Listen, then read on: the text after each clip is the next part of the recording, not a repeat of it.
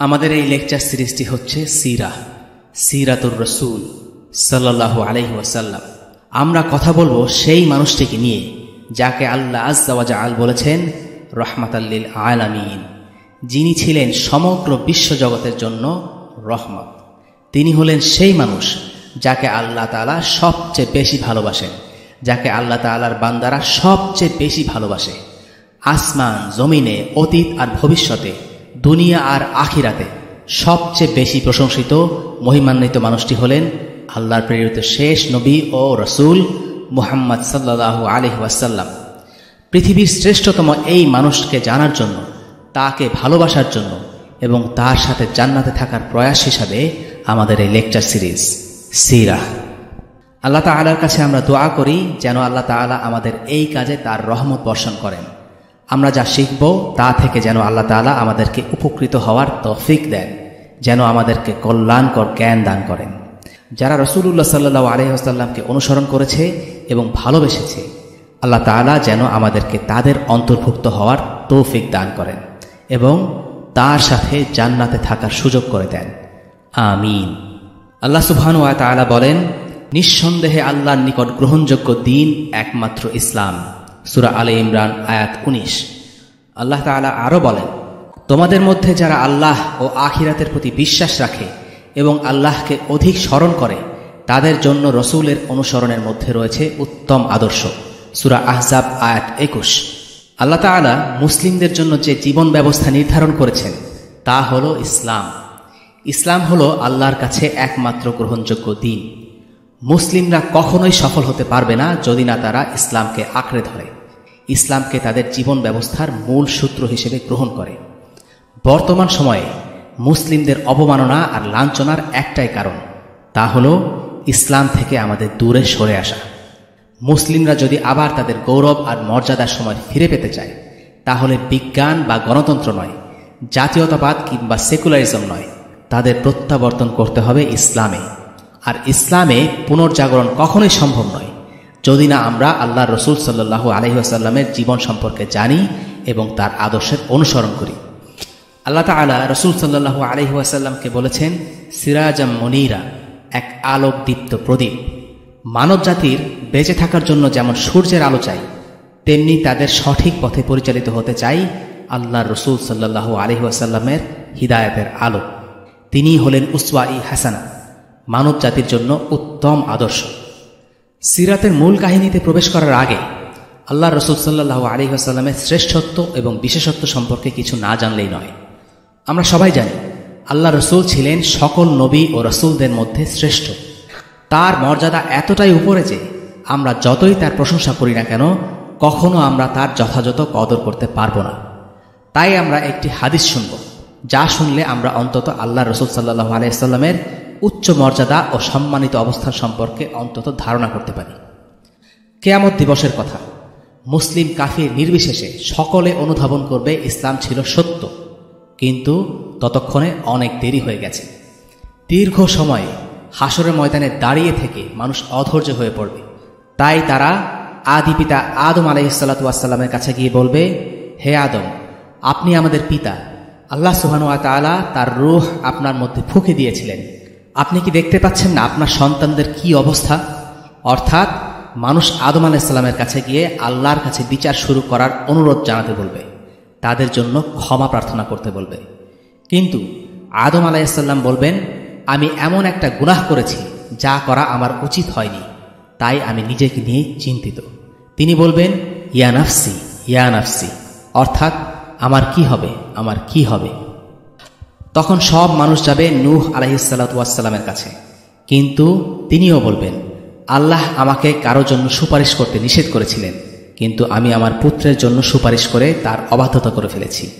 অর্থাৎ নূহ আলাইহিস সালাম নিজেকে নিয়ে দুশ্চিন্তায় থাকবেন। তিনিও বলতে থাকবেন, ইয়া নাফসি ইয়া নাফসি। এরপর তারা যাবে ইব্রাহিম আলাইহিস সালাতু ওয়াস সালামের কাছে।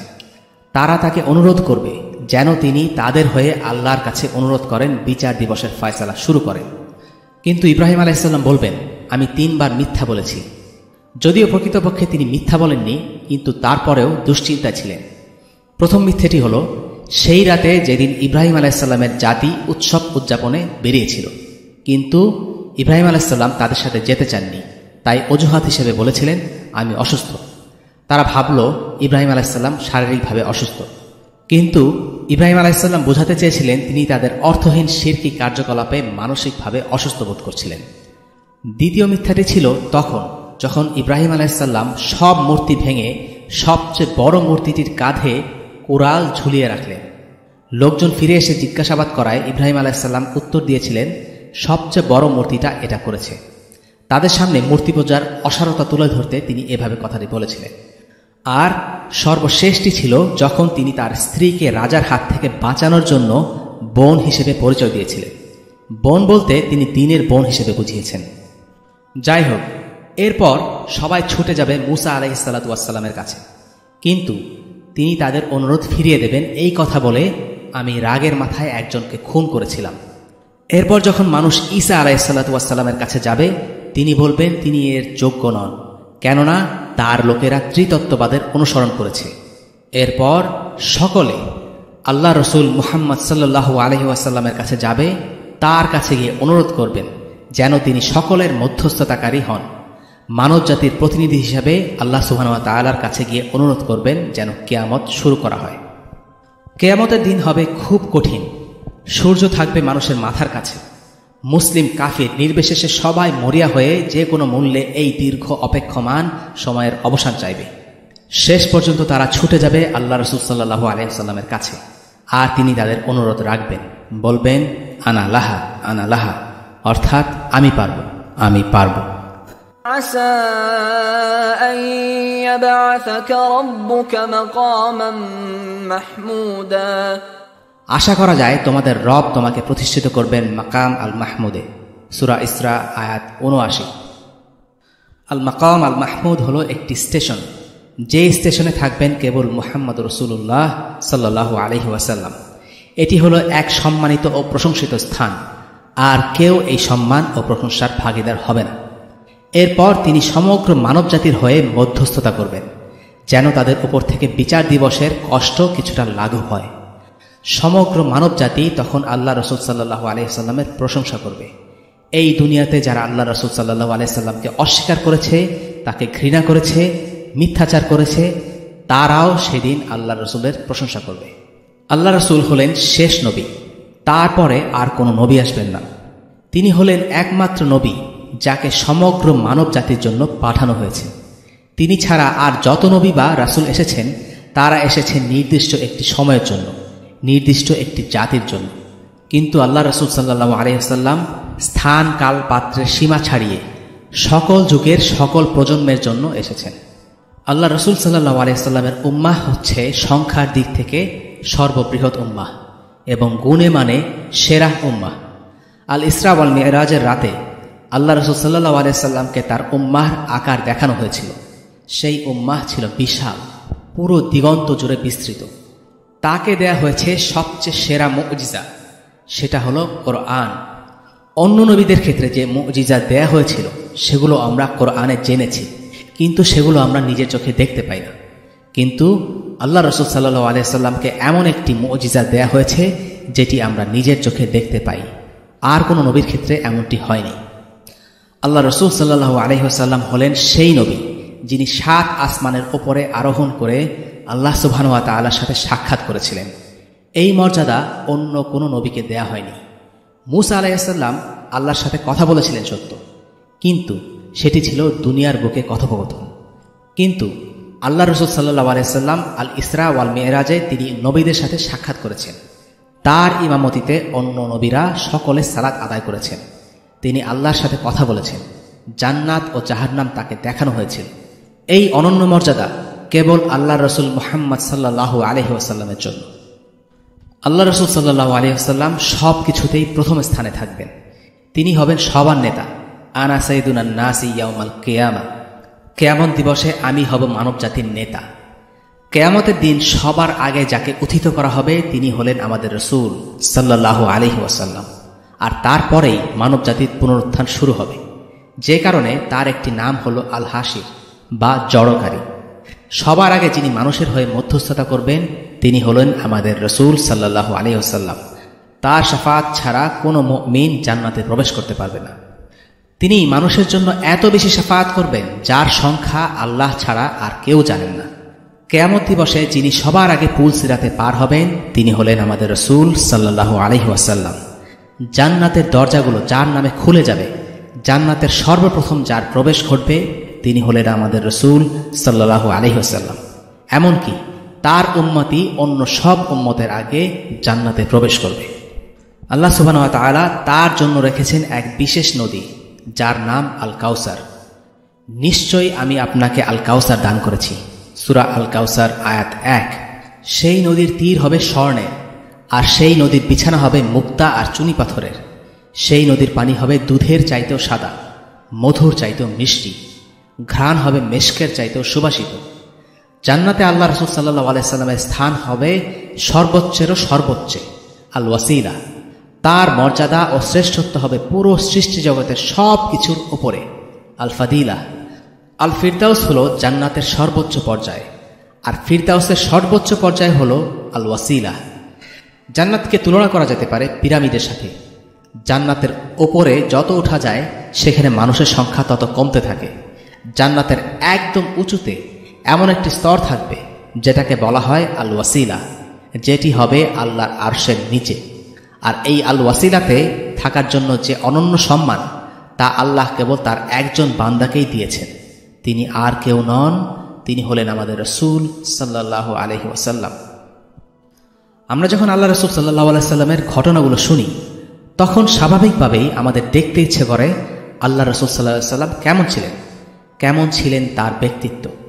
এই বিষয়গুলো আমরা বিশদভাবে জানতে পারব শামায়েলের কিতাবে। সিরাতে এগুলো বিস্তারিতভাবে আলোচনা করা হয় না।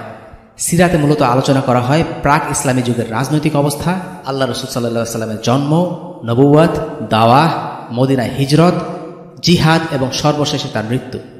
তবু আমরা এই পর্বে খুব সংক্ষেপে আল্লাহ রাসূল সাল্লাল্লাহু আলাইহি ওয়াসাল্লামের কিছু চারিত্রিক বৈশিষ্ট্য এবং বাহ্যিক অবয়ব নিয়ে আলোচনা করব। আল্লাহ রাসূল সাল্লাল্লাহু আলাইহি ওয়াসাল্লাম ছিলেন এমন একজন মানুষ যাকে সাহাবারা এত বেশি ভালোবাসতেন যে তারা তার দিকে তাকাতে পারতেন না। আল্লাহ রাসূল সাল্লাল্লাহু আলাইহি ওয়াসাল্লামের প্রতি তাদের তীব্র ভালোবাসার কারণে তারা তাকে দেখতে চাইতেন, কিন্তু প্রবল ভক্তির কারণে তারা তাদের নিজেদের দৃষ্টি নামিয়ে ফেলতে বাধ্য হতেন। বিষয়টি সবচেয়ে সুন্দর করে বর্ণনা করেছেন সাহাবী আমর ইবনে আল আস রাদিয়াল্লাহু আনহু।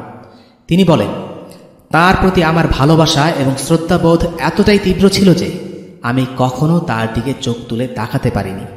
কেউ যদি আমাকে তার দৈহিক সৌষ্ঠব বর্ণনা করার জন্য অনুরোধ করত, আমি সেটা বর্ণনা করতে পারতাম না। আর তাই সাহাবীরা আল্লাহ রাসূল সাল্লাল্লাহু আলাইহি ওয়াসাল্লামের চেহারাকে বর্ণনা করেছেন সূর্যের সাথে তুলনা দিয়ে, কখনো বা তুলনা করেছেন এক ফালি চাঁদের সাথে। একটি মজার বর্ণনা আমরা পাই জাবির ইবনে সামুরা রাদিয়াল্লাহু আনহু থেকে। তিনি বলেন, এক ভরা পূর্ণিমার রাতে বাসা থেকে বের হলেন। হঠাৎ আল্লাহ রাসূল সাল্লাল্লাহু আলাইহি ওয়াসাল্লামের দেখা পেলেন।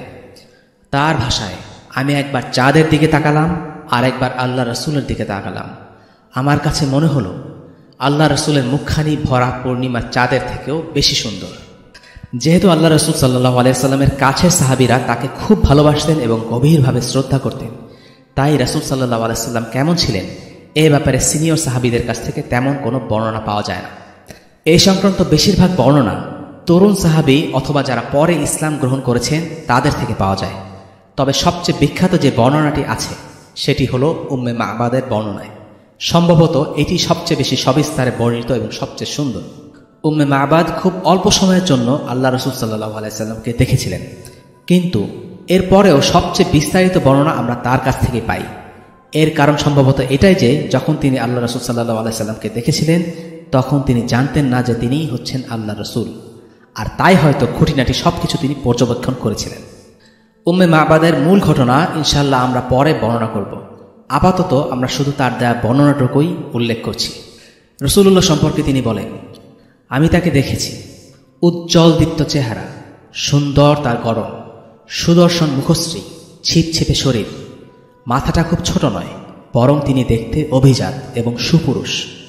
চোখ দুটো ঘন কালো, পাপড়িগুলো টানা টানা, বুদ্ধিদীপ্ত চেহারা, ভরাট কণ্ঠস্বর, ভ্রুযুগল উঁচু আর ধনুকের মতো বাঁকানো, চুলগুলো পরিপাটি, তার গ্রীবা বিস্তৃত, দাড়িটা বেশ ঘন। তার গাম্ভীর্য তার আত্মমর্যাদা প্রকাশ করে। তার কথা বুদ্ধিমত্তার পরিচয় বহন করে। তার কথাগুলো মনোমুগ্ধকর আর দৃঢ়, চটুল কিংবা ফেলনা নয়। তার প্রতিটা শব্দ যেন সুতোয় বাঁধা মুক্তোর মতো মসৃণ। দূর থেকে তাকে দেখতে যেমন উজ্জ্বল আর আকর্ষণীয়, কাছ থেকে দেখলেও তাকে সবচেয়ে সুদর্শন লাগে।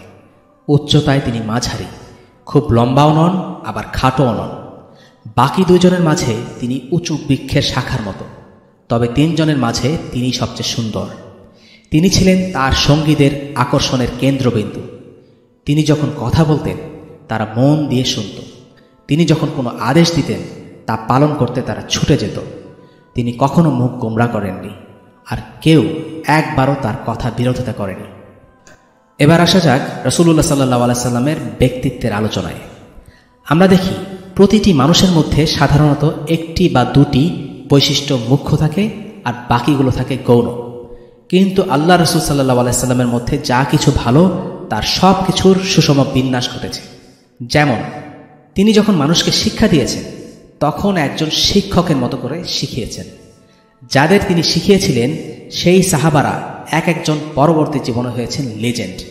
যখন তিনি মানুষকে ইসলামের দিকে আহ্বান করেছেন তিনি ছিলেন একজন চমৎকার বক্তা। শুধু আল্লাহ রাসূল সাল্লাল্লাহু আলাইহি সাল্লামের সাথে খানিকক্ষণ কথা বলেই মানুষ মুগ্ধ হয়ে ইসলাম গ্রহণ করেছে। এমনটা আমরা বারবার দেখতে পাই। যখন তিনি মানুষকে নেতৃত্ব দিয়েছেন তখন তিনি জানতেন তার অনুসারী সাহাবাদের দক্ষতা আর যোগ্যতা কোথায়। তিনি সেসবের পূর্ণ সদ্ব্যবহার করেছেন।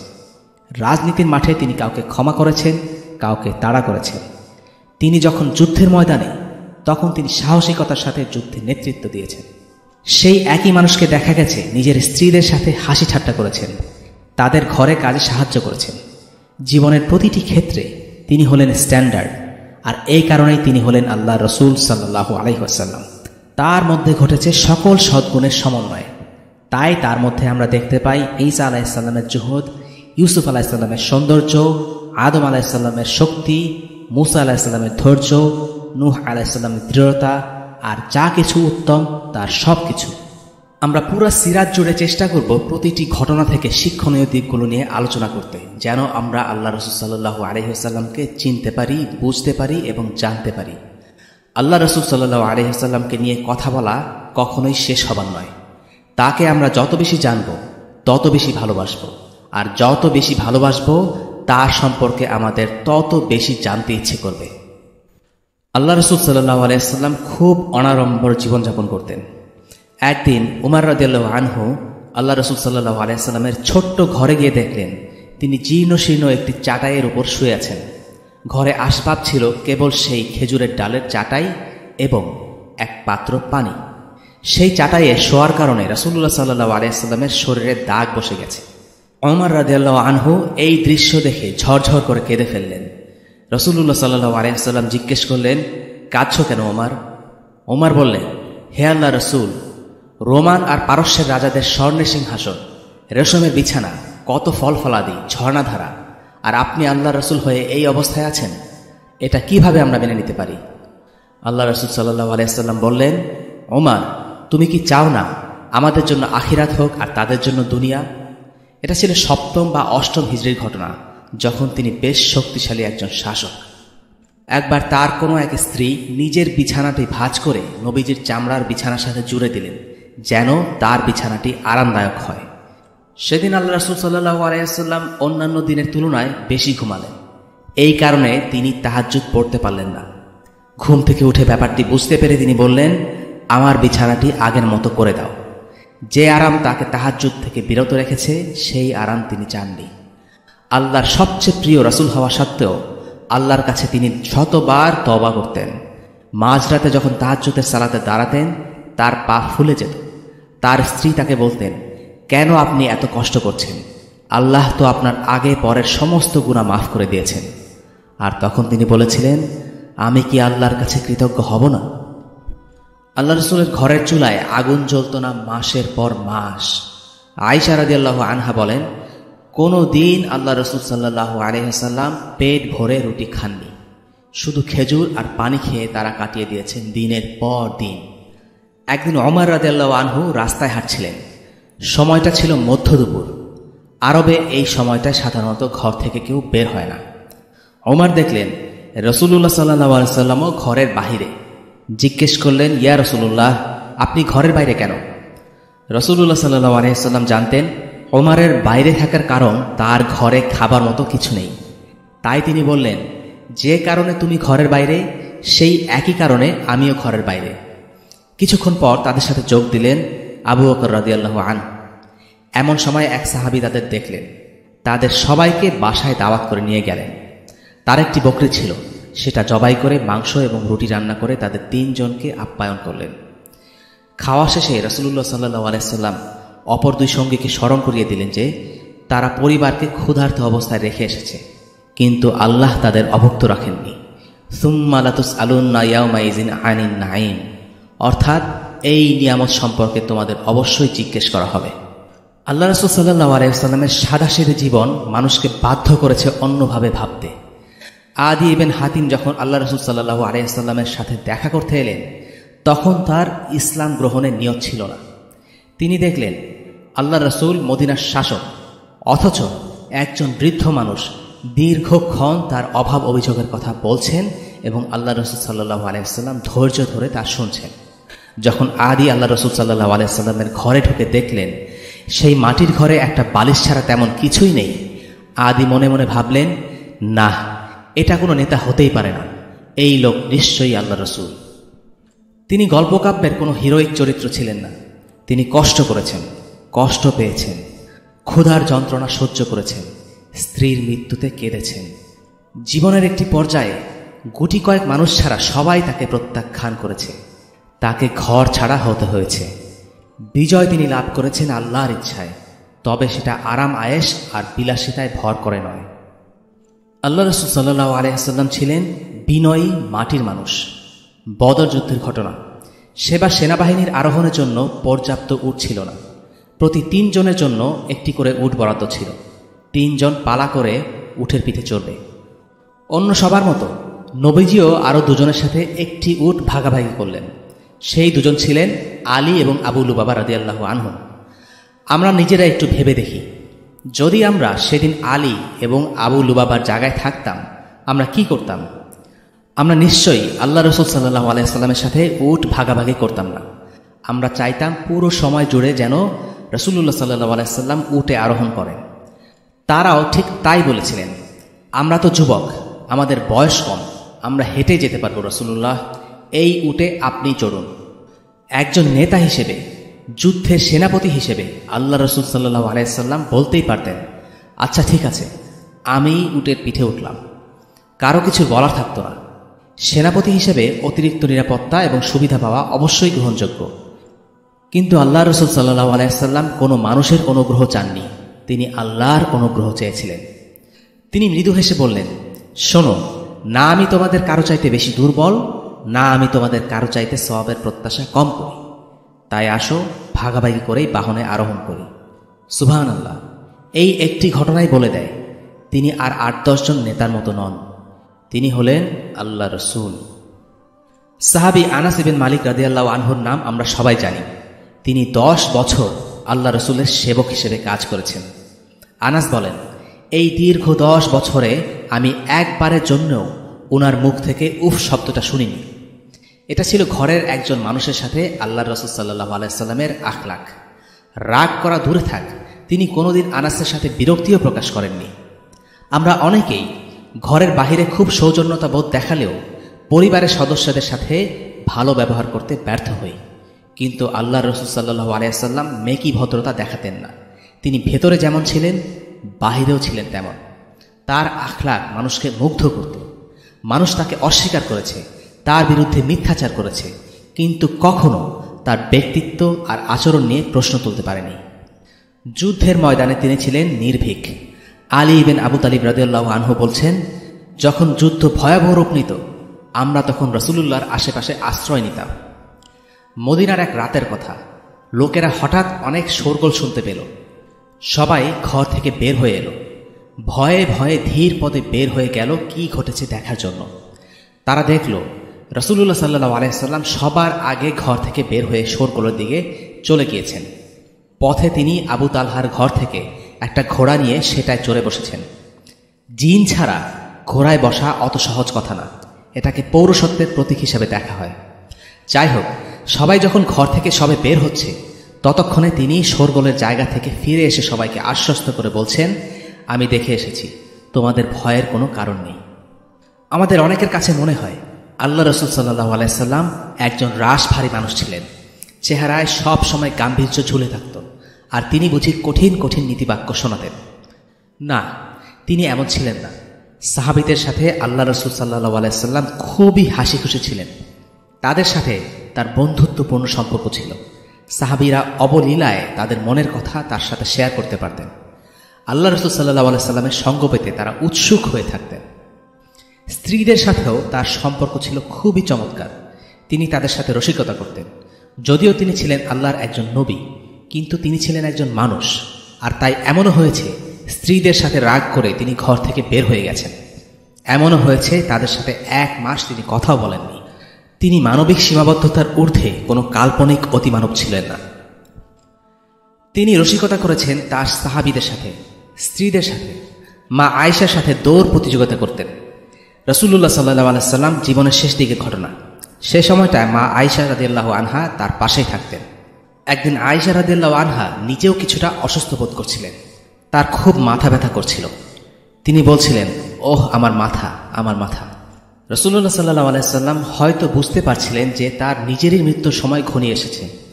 তবু স্ত্রী আয়েশা রাদিয়াল্লাহু আনহাকে শান্ত করার জন্য মজা করে বললেন, আরে তুমি কেন কাঁদছো? তুমি যদি এখন মারা যাও তাহলে তোমার গোসল, দাফন আর জানাজা তো আমার হাতেই হবে। আয়েশা রাদিয়াল্লাহু আনহা তার স্বভাবসুলভ অভিমানী ভঙ্গিতে বললেন, হ্যাঁ আপনি তো সেটাই চান, আমি মরে গেলে তো আপনি অন্য স্ত্রীদের কাছে চলে যেতে পারবেন। যদিও এটা রসিকতা ছিল, কিন্তু এই রসিকতার মাঝেও আলিমরা ফিকহের শিক্ষা নিয়েছেন। তারা এই কথোপকথনকে দলিল হিসেবে ব্যবহার করে প্রমাণ করেছেন স্ত্রী মারা গেলে স্বামী তার গোসল দিতে পারে। আল্লাহ রসুল সাল্লাল্লাহু আলাইহি সাল্লাম তার সঙ্গীদের খুব ভালোবাসতেন, আর ভালোবাসতেন তারাও আল্লাহ রসুলকে। বদরের যুদ্ধে ঠিক আগ মুহূর্ত রাসূলুল্লাহ সাল্লাল্লাহু আলাইহি সাল্লাম তীক্ষ্ণ চোখে সৈনিকদের সারির দিকে লক্ষ্য রাখছেন। তার হাতে একটি তীর। তিনি যুদ্ধে সেনাদের সারি এমনভাবে সোজা করতেন যেন তিনি সালাতের কাতার সোজা করছেন। সারিতে দাঁড়ানো এক সৈন্যের নাম ছিল সাওয়াদ বিন গাজিয়া। তিনি তার সারি থেকে একটু সামনে এগিয়েছিলেন। রাসূলুল্লাহ সাল্লাল্লাহু আলাইহি সাল্লাম তার পেটে আস্তে করে তীর দিয়ে খোঁচা দিয়ে তাকে সারির ভেতরে ঠেলে দিলেন। সাওয়াদ বললেন, হে আল্লাহর রাসূল, আপনি আমাকে আঘাত করেছেন, আমি এর বদলা নিতে চাই। এটা ছিল যুদ্ধের কিছুক্ষণ আগের ঘটনা। এক যোদ্ধা রাসূলুল্লাহকে বলছে সে বদলা নিতে চায়। রাসূলুল্লাহ সাল্লাল্লাহু আলাইহি সাল্লাম ছিলেন তার সেনাবাহিনীর কমান্ডার। তিনি সোজা তার পেট উন্মুক্ত করে দিয়ে বললেন, বদলা নেবে, নাও। রাসূলুল্লাহ সাল্লাল্লাহু আলাইহি সাল্লাম রাগ করলেন না, সাওয়াদকে জেলে বন্দী করতেও বললেন না। তিনি দেখালেন কিভাবে ইনসাফ করতে হয়। হ্যাঁ, সাওয়াদ বদলা নিয়েছিলেন ঠিকই। কি ছিল তার বদলা? তিনি রাসূলুল্লাহ সাল্লাল্লাহু আলাইহি সাল্লামকে জড়িয়ে ধরে তার পেটে চুমু খেলেন। এই ছিল তার বদলা। রাসূলুল্লাহ জানতে চাইলেন, তুমি কেন এমন করলে? সাওয়াদ জবাব দিলেন, হে আল্লাহ রাসূল, আপনি দেখতেই পাচ্ছেন কি হতে চলেছে। আমার জীবনের শেষ স্পর্শ আমি আপনার সাথেই চেয়েছি আল্লাহ রাসূল। আল্লাহ রাসূল সাল্লাল্লাহু আলাইহি ওয়াসাল্লাম সাহাবাদের আবদার রাখতেন, কখনো তাদের কোনো অনুরোধ ফিরিয়ে দিতেন না। তিনি এতটাই খোলা মনের মানুষ ছিলেন যে মদিনার একটা ছোট বাচ্চা মেয়ে গিয়ে তার কাছে এটা ওটা আবদার করতে পারত। একদিনকার ঘটনা, রাসূলুল্লাহ সাল্লাল্লাহু আলাইহি ওয়াসাল্লাম শরীরে যে জামাটা পরেছিলেন সেটা ছিল ছেঁড়া। সেটা দেখে এক সাহাবী তাকে খুব সুন্দর একটা জামা গিফট দিলেন, আর রাসূলুল্লাহ সাল্লাল্লাহু আলাইহি ওয়াসাল্লাম সেটা বাসায় গিয়ে পরে আসলেন। এরপর আরেক সাহাবী রাসূলুল্লাহ সাল্লাল্লাহু আলাইহি ওয়াসাল্লামের কাছে গিয়ে বললেন, আপনি কি এই জামা আমাকে গিফট হিসেবে দেবেন? অবশ্যই দেব, এই বলে রাসূলুল্লাহ সাল্লাল্লাহু আলাইহি ওয়াসাল্লাম সাথে সাথে জামাটি খুলে তাকে দিয়ে দিলেন। অন্যান্য সাহাবীরা বিষয়টা মোটেও পছন্দ করলেন না। তারা বললেন, তুমি কেন জামাটা চাইতে গেলে? তুমি তো জানো আল্লাহর রাসূল কখনো না বলেন না। সেই সাহাবী বললেন, আমি তো এটাই চেয়েছি যে রাসূলুল্লাহ সাল্লাল্লাহু আলাইহি ওয়াসাল্লামের গায়ের জামা যেন আমার কাফন হয়। এটা ছিল সাহাবীদের প্রতি আল্লাহর রাসূল সাল্লাল্লাহু আলাইহি ওয়াসাল্লামের ভালোবাসা, আর আল্লাহর রাসূল সাল্লাল্লাহু আলাইহি ওয়াসাল্লামের প্রতি সাহাবীদের সমুদ্র পরিমাণ ভালোবাসার যৎসামান্য নমুনা। কিন্তু আমরা যারা তার পরে এসেছি, আমাদের ব্যাপারে তিনি কি বলেছেন? একবার তিনি সাহাবীদের কাছে জানতে চাইলেন, কার ঈমান তোমাদের অবাক করে? তারা বললেন, ফেরেশতাদের। নবীজি বললেন, ফেরেশতাদের? কিন্তু তারা তো তাদের রবের সাথেই রয়েছে, তাদের ঈমান না আনার কি কারণ থাকতে পারে?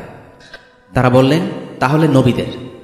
নবীজি বললেন, নবীদের কাছে তো ওয়াহি পাঠানো হয়, তারা কেন ঈমান আনবে না? তারা বললেন, তাহলে নবীদের সাহাবীদের। নবীজি বলেন, সাহাবীরা তো নবীদের সাথেই থাকে, তারা কিভাবে ঈমান না এনে থাকতে পারে?